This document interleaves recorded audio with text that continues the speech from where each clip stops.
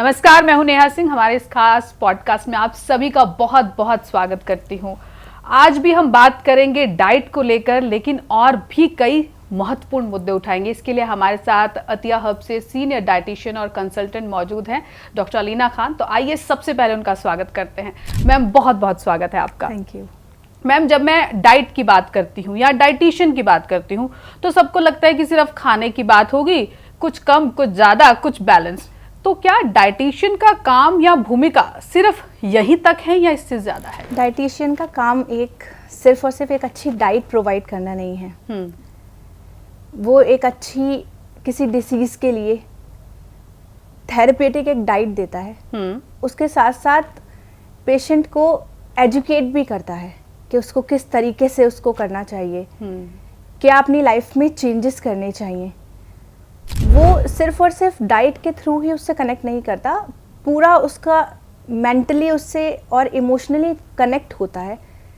वो उसके क्या लाइफ स्टाइल है, वो किस तरह से अपनी ज़िंदगी को जी रहा है, क्या वो इंक्लूड कर रहा है अपनी लाइफ में, जिसकी वजह से उसके साथ जो प्रॉब्लम है वो आ रही है। वो सब जानने के बाद उसको उस तरीके से एजुकेट करना, क्या वो डाइट के अलावा भी वो किस तरह से अपनी लाइफ को चेंज कर सकता है, क्या हैबिट्स अपना सकता है जिससे कि उसका लाइफ और बेटर हो सकती है। तो ये सब काम भी एक डाइटिशियन का होता है। तो अगर हम आपको लाइफ कोच कहें तो ये भी गलत नहीं होगा, क्योंकि आप बताते हैं कि ज़िंदगी कैसे जीनी है बेसिकली। तो मैम, ज़िंदगी की बात हो रही है और दिल की बात ना हो, आजकल तो वैसे भी सैयारा मूवी चल रही है हर जगह, तो दिल की बात बहुत ज़्यादा हो रही है। तो आज मैं दिल के बारे में, हार्ट की बीमारियों से जुड़ी आपसे कुछ चीज़ें पूछना चाहूँगी। सबसे पहले तो आजकल हम देख रहे हैं, मतलब हार्ट की जो प्रॉब्लम है वो यंगस्टर्स में ज़्यादा हो रही है। पहले हम देखते थे 60s के बाद किसी में स्टंट डाल रहा है या कुछ हार्ट में ब्लॉकेज आ रही है, बट आजकल उन लोगों में हो रहा है जो 30 to 40 के बीच में है, उन लोगों का जिनका हमने कभी सुना ही नहीं था। अभी कुछ दिन पहले मेरे एक दोस्त का फ़ोन आया, उन्होंने मुझे बताया, जो कि मेरी उम्र के हैं, जिन्होंने बताया कि मुझे लास्ट ईयर 5 स्टंट डले हैं। मैं खुद हैरान थी। तो कारण क्या है इसका? देखिए, अमेरिकन हार्ट एसोसिएशन के हिसाब से 4 में से 1 इंसान जिसको हार्ट अटैक हो रहा है वो 40 से नीचे की उम्र के हैं। अभी 2025 की रिसर्च है ये। तो ऐसा क्यों है? सबसे पहला तो ये हमारे डीएनए में होता है, पहला रीज़न तो ये है। लेकिन ये रीज़न सिर्फ 20% है। 100 में से 20% सिर्फ डीएनए की वजह से है। बाकी सारा जो 80% है वो हमारा लाइफ स्टाइल, हम किस तरह से अपनी ज़िंदगी जी रहे हैं, क्या खा रहे हैं, कैसे हम कितना एक्टिव हैं हम अपनी लाइफ में, उस पे डिपेंड करता है। आजकल बच्चों में ये बहुत ज़्यादा देखने को मिल रहा है। जी, अभी कुछ न्यूज़ भी हमने देखी थी, एक छोटी बच्ची को भी आया था, छोटी बच्ची, फिर एक लड़का था 11 साल का, उसको भी आया था ये, और वो बच्ची तो शायद मेरे ख्याल 3rd में पढ़ती थी, बहुत छोटी उम्र थी। ये भी हम केसेस कर रहे हैं। तो ये लाइफस्टाइल, मतलब छोटे बच्चों में क्यों इतनी प्रॉब्लम्स हो रही हैं? देखें, 3 चीज़ें आप याद रखें अपने बच्चों में। पहला, अगर वो मोटापे की तरफ जा रहा है। दूसरा, अगर वो एक्टिव नहीं है, उसका लाइफस्टाइल बिल्कुल सीडेंट्री है, ज़्यादातर बैठा रहता है, लेटा रहता है। और तीसरा, कि उसका खान पान अच्छा नहीं है। अगर ये 3 चीज़ें आपके बच्चे के अंदर शुरू से चल रही हैं, तो मैं ऐसा नहीं कह रही कि 1 साल में, 2 साल में, 3 साल में, आगे आने वाले टाइम में 10 साल में, 15 साल में उसको बहुत चांसेस हैं हार्ट की डिसीजेस डेवलप होने में। तो इसलिए हमें चाहिए कि हम अपने बच्चे की डाइट अच्छी करें। नंबर 2, हम उसको एक्टिव करें। ये एक बहुत बड़ा मिथ है कि एक्सरसाइज जो है वो सिर्फ और सिर्फ वो लोग करते हैं या तो जिनको अपने मसल्स बनाने होते हैं बॉडी बिल्डिंग के लिए, या फिर जिनको कोई बीमारी होती है जी। लेकिन बच्चों को भी आजकल एक्सरसाइज की उतनी ही ज़रूरत है। बस उसमें क्या है कि हमें लिमिट सेट करनी ज़रूरी है, क्योंकि ऑब्वियसली जिसको मसल ट्रेनिंग करनी है वो एक्सरसाइज बच्चे नहीं करेंगे। तो बच्चों के हिसाब से जो एक्सरसाइज है वो बच्चों के लिए बहुत ज़रूरी है। एक्टिविटी करवा सकते हैं। बिल्कुल बिल्कुल, जैसे कोई भी एक्टिविटी। हम अपने बचपन की बात करें तो हमारी एक्टिविटी तो बाहर खेलना हो जाता था। आजकल के बच्चे बाहर बिल्कुल नहीं खेलते, तो इससे काफ़ी फर्क पड़ रहा है, नेगेटिव फर्क पड़ रहा है। यही कुछ रीजंस हैं क्योंकि हम जब छोटे थे तो इतना प्रोसेस्ड और जंक फूड नहीं था, बिल्कुल भी नहीं मोस्टली हम घर का खाना खाते थे। सोर्सेज बहुत अच्छे होते थे खाने के, जहाँ से आ रहे थे वो प्योर एंड क्लीन थे। बिल्कुल। एनवायरनमेंट में पॉल्यूशन नहीं था, आसपास खेलने के लिए ग्रीनरी बहुत थी, बाहर जाके आउटिंग करते थे, खेलते थे, वॉक करते थे। आजकल बच्चों में ये सब कुछ नहीं है, घर पे रहते हैं, प्लस उनके ऊपर स्ट्रेस इतना ज़्यादा है। इन सब चीज़ों को मिला जुला के बच्चों के अंदर हार्ट की डिसीज होने के चांसेस बहुत ज़्यादा हो रहे हैं। आपने अभी स्ट्रेस का जिक्र किया, स्ट्रेस किस तरह से हमारे हार्ट को कमज़ोर करता है और उससे कैसे बचें कि हमारा हार्ट कमज़ोर ना हो? स्ट्रेस देखिए 100% रिस्पॉन्सिबल है हार्ट अटैक के लिए, क्योंकि जितना हम स्ट्रेस में आएंगे उतना हमारा ब्लड प्रेशर बढ़ेगा, और बीपी का सबको मालूम है कि हमारा खून जो है वो गाढ़ा कर देता है जी। क्योंकि हमारे दिल का जो मेजर फंक्शन है वो यही है कि खून को हमारे पूरी बॉडी पार्ट में पंप करता है, वो सर्कुलेशन उसी के थ्रू होता है जी। जब हमारा खून गाढ़ा हो जाता है तो हमारी आर्टरीज में, आप समझे जैसे कि कोई पाइप है, उसमें कोई कीचड़ वाला पानी जा रहा है जो बहुत गाढ़ा गाढ़ा है, और एक पाइप में बिल्कुल क्लियर वाटर जा रहा है, तो फ्लो आराम से होगा, वहाँ नहीं होगा। तो ये स्ट्रेस प्लस स्ट्रेस जो है वो हमारे कॉर्टिसोल लेवल्स को बहुत ज़्यादा बढ़ा देता है। कॉर्टिसोल लेवल अगर हमारी बॉडी में बढ़ता है तो फैट का डिपोजिशन होता है हमारी बॉडी में, जिसकी वजह से हमें ओबेसिटी और बाकी जो जितनी भी क्रोनिक डिसीजेज हैं उनके होने के बहुत चांसेस रहते हैं। तो इसलिए स्ट्रेस से हमें जितना अच्छा हो बचें उतना बचना चाहिए। मैम, स्ट्रेस की हम बात कर रहे हैं, अब अगर हम फैट पे आ जाएं, जैसे आप बोल रहे हो ओबेसिटी, क्या सिर्फ फैट अगर हम खाते हैं या मतलब घी वगैरह खाते हैं, क्या इन्हीं से फैट्स बढ़ते हैं या और भी कई कारण होते हैं? या सिर्फ अगर हम इस क्वेश्चन को थोड़ा रिफ्रेम भी कर लें, क्या सिर्फ फैट एक इम्पॉर्टेंट कारण है हार्ट डिसीज का? फैट एक कारण है, लेकिन मेजरली हम नहीं कह सकते कि सिर्फ फैट ही है। ओके। क्योंकि फैट मीन्स जो भी हम चिकना खा रहे हैं, चाहे वो हम अच्छा सोर्स से खा रहे हैं, चाहे हम जो अच्छा सोर्स नहीं है वहाँ से खा रहे हैं, लेकिन इसके अलावा भी बहुत सारे सोर्सेज हैं जिसकी वजह से हमें हार्ट की प्रॉब्लम्स होती हैं। जैसे अभी हमने बात की स्ट्रेस, दूसरा हम एक्टिव नहीं रहते, हमारा लाइफस्टाइल बहुत ही ज़्यादा सीडेंट्री है आजकल। तीसरा हमारा खाना बहुत ज़्यादा ख़राब हो गया है। फैट के अलावा हम खाने में अपने फैट लेते हैं, उसके अलावा जो बाकी चीज़ें हम खाते हैं, जो हम प्रोसेस्ड फूड खाते हैं, वो इतना ख़राब है कि हमें मोटापे की तरफ लेके जाता है, और जहाँ हमारे बॉडी में मोटापा शुरू हो जाता है वहाँ से सारी बीमारियाँ शुरू होनी शुरू हो जाती हैं। फैट्स की हम बात कर रहे हैं, तो ये सैचुरेटेड फैट्स और अनसैचुरेटेड फैट क्या है, और क्या सैचुरेटेड फैट सच में इतना बुरा है जितना हम उसे सुनते हैं? क्योंकि हम सिर्फ सुनी सुनाई बातों पर भरोसा भी कर लेते हैं, आजकल हम सुन इतना रहे हैं। तो आप बताइए, क्या सच में इतना बुरा है? देखिए, सैचुरेटेड फैट वो होता है जो हमें एनिमल सोर्स से मिलता है। ओके। जैसे घी हो गया, और जितने भी एनिमल सोर्स से हमें मिलते हैं, बटर, ये सब चीज़ें। तो मैं कहूँगी कि सैचुरेटेड फैट इतना बुरा नहीं होता जितना ट्रांस फैट बुरा होता है। ट्रांस फैट जितना भी प्रोसेस्ड और ये बेकरी, केक्स और पेस्ट्रीज में होता है, और जितने भी पैकेज्ड फूड होते हैं उसमें ट्रांस फैट होता है। अगर आप सैचुरेटेड फैट लेते हैं जैसे घी या बटर, वो भी मॉडरेशन में, ऐसा नहीं कि आप बहुत ज़्यादा एक्सट्रीम ले रहे हैं। अगर आप मॉडरेशन में जैसे कि 1 या 2 चम्मच के करीब आप यूज़ कर रहे हैं घी, तो उसमें कोई बुराई नहीं है। लेकिन ट्रांस फैट जो है वो सबसे ज़्यादा नुकसानदायक है हार्ट के लिए। तो मतलब बेकरी प्रोडक्ट्स बिल्कुल नहीं खाने चाहिए? बिल्कुल। प्रोसेस्ड या बाहर जो ऑयली और फ्राई चीज़ मिलती है, जो फ्राइड जितने भी आइटम्स मिलते हैं, वो सब बिल्कुल नहीं, क्योंकि वो ऑयल को एक ही ऑयल में बार बार फ्राई करते हैं, जो भी मार्केट में मिलती है, क्योंकि वो फिर एक बार फ्राई करने के बाद ऑयल डिस्कार्ड नहीं करते, उसी ऑयल में बार बार कई बार हम घर पे भी ऐसा करते हैं कि पूड़ियाँ बनाई, जो तेल बचा उसे कोशिश करते हैं कि चलो फेंके ना, डब्बे में रख लें, उसमें पराठे बना दिए, तो फिर वो भी नुकसानदायक है? बहुत बहुत ज़्यादा नुकसानदायक है। वो हमारे अंदर बॉडी में जाके इन्फ्लेमेशन करता है, हमारी आर्टरीज को ब्लॉक करता है, और जितना भी बैड जो बुरे तरीके का फैट है हमारी बॉडी में वो सब उसी से आता है।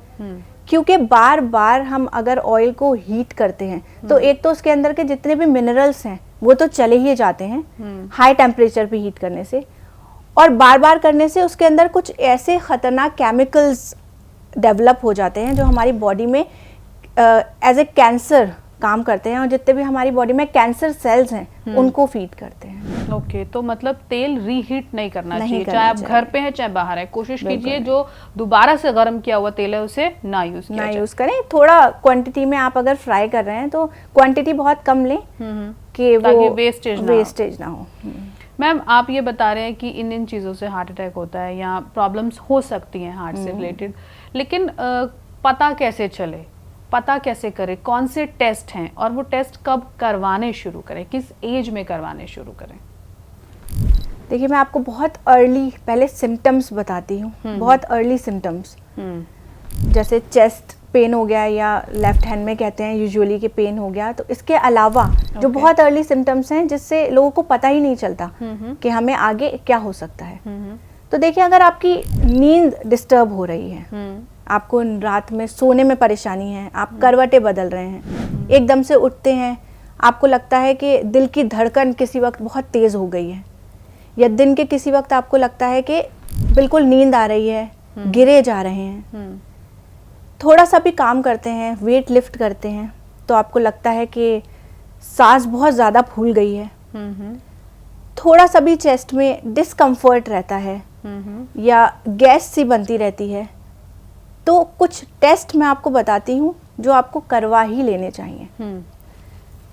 ECG और इको तो आजकल कॉमनली सबको मालूम ही है, वो उसके अलावा कैल्शियम स्कोर करवाना चाहिए, HSCRP करवाना चाहिए, और हमें अपने कोलेस्ट्रॉल लेवल्स के कितने हैं वो देखते रहना चाहिए, प्लस हमें अपने लिपोप्रोटीन लेवल और होमोसिस्टीन लेवल्स, ये सब कुछ ब्लड टेस्ट हैं जो हमें करवा लेना चाहिए, या मैं कहूँगी कि साल में एक बार ज़रूर करवाना चाहिए अगर आपको कुछ सिम्टम्स नहीं भी हैं, क्योंकि आजकल का लाइफस्टाइल ऐसा है कि कहीं ना कहीं हमारी आर्टरीज में कुछ ना कुछ प्लेक ज़रूर जमा हुआ है, और प्लेक सिर्फ फैट का ही नहीं होता, कोलेस्ट्रॉल और कैल्शियम का भी होता है। ओके, तो इसलिए मैंने आपको बताया कि कैल्शियम स्कोर एक टेस्ट तो क्या होता ये है। भी हार्ट के लिए नुकसानदायक है अगर कैल्शियम भी हमारी उसमें जम रहा है, नर्व्स में जम रहा है, कहीं भी जम रहा है? हमारी जो आर्टरीज हैं वो पाइप की तरह हैं, तो उसमें कैल्शियम भी अगर जमेगा, आप समझें जैसे कुछ ब्लॉक हो गया, हमारे पाइप अगर ब्लॉक हो जाता है तो वो blockage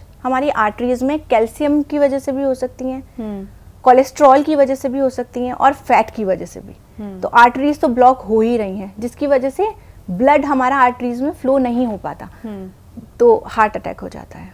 okay ma'am, heart attack की हम बात कर रहे हैं लगातार, अगर हम मेल्स और फीमेल्स की बात करें, लेकिन आजकल जैसे इंस्टाग्राम रील्स बहुत चल रही है, मैंने भी एक रील में मतलब देखा था कि बोलते हैं कि औरतों को कम आते हैं हार्ट अटैक, क्योंकि औरतें जो हैं वो रो लेती हैं, अपना स्ट्रेस कहीं ना कहीं निकाल देती हैं रो के, आदमी वो कम कर पाते हैं और अक्सर नहीं कर पाते।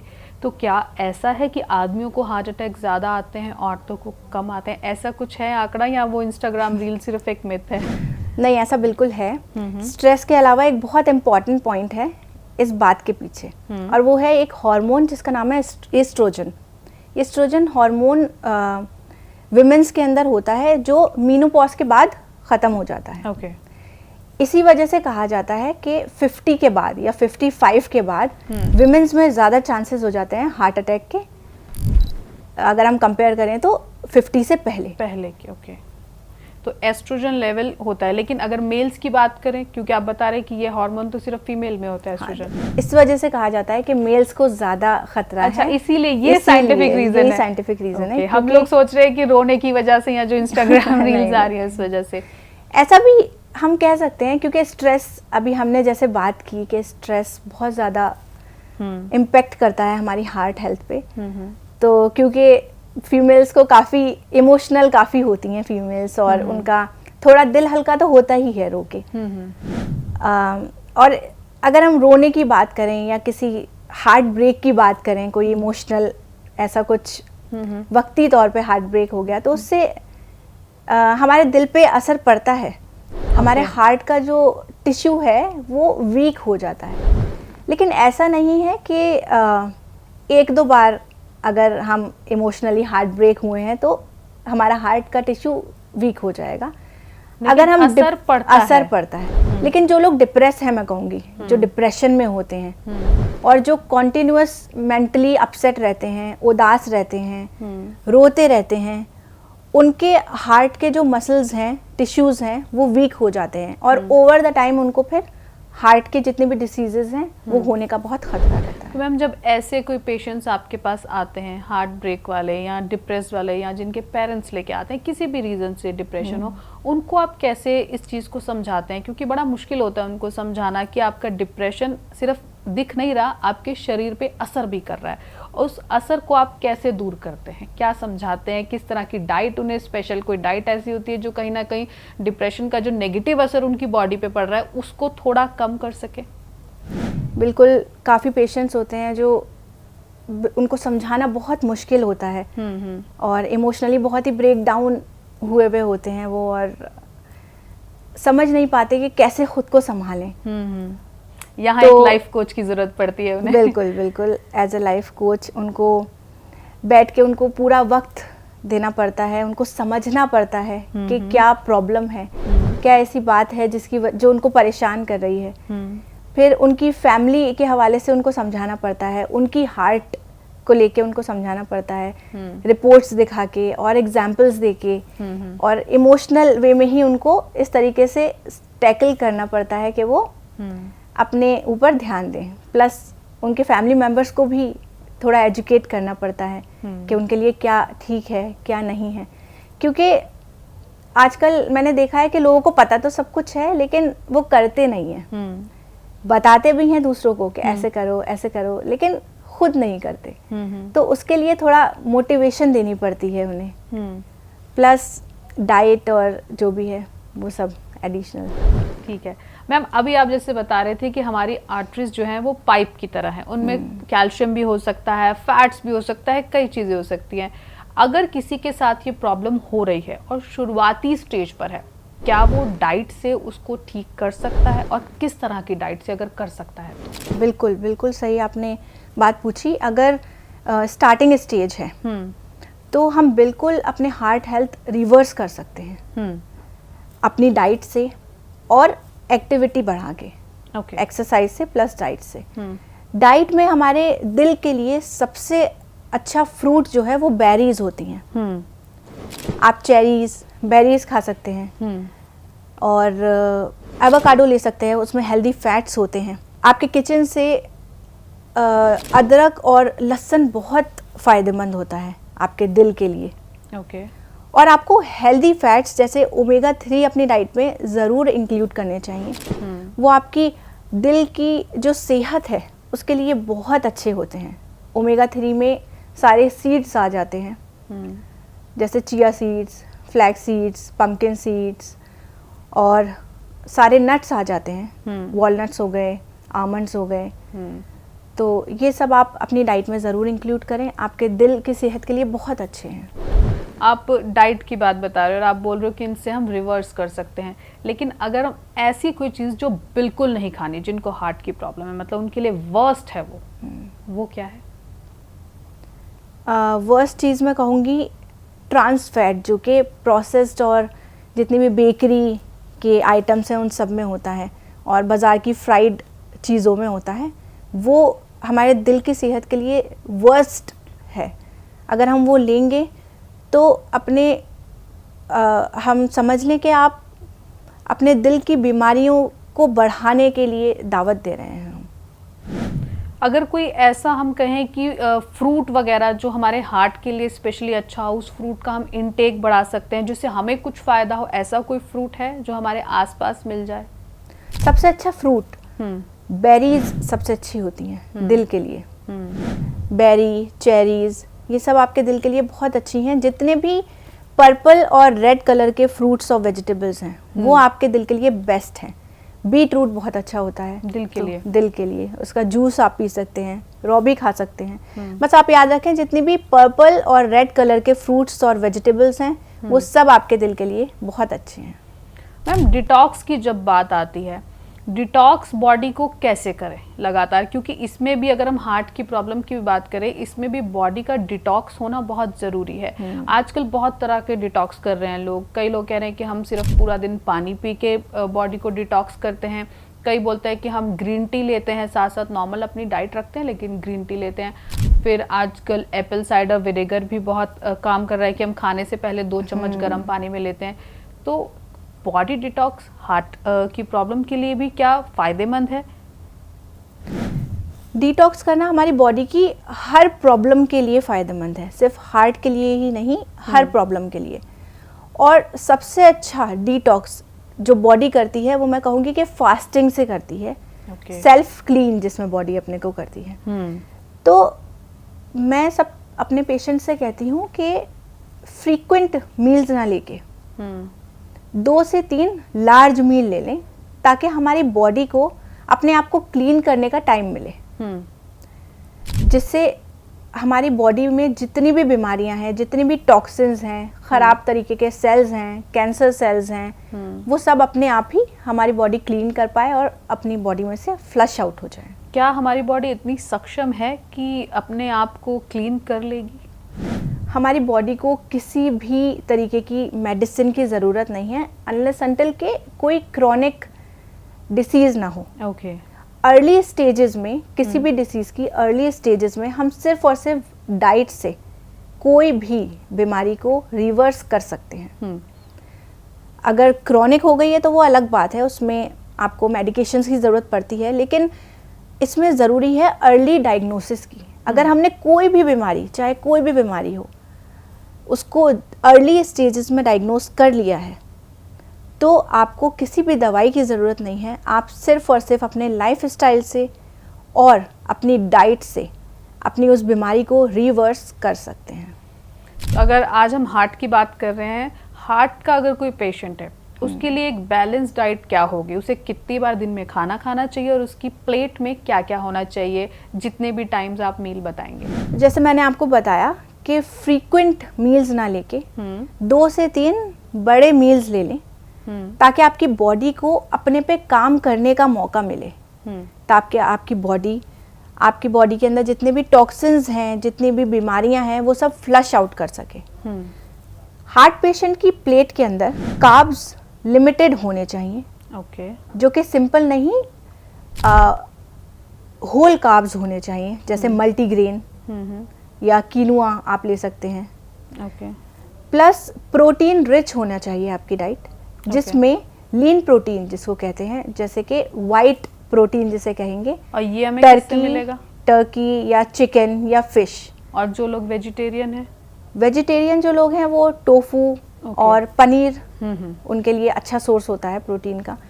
सोयाबीन के जो चंक्स होते हैं, सोयाबीन एक बहुत अच्छा सोर्स है प्रोटीन का। तो जो वेजिटेरियंस हैं वो ये ले सकते हैं, और नॉन वेजिटेरियन जो हैं वो वाइट मीट जैसे कि टर्की, चिकन और फिश ले सकते हैं।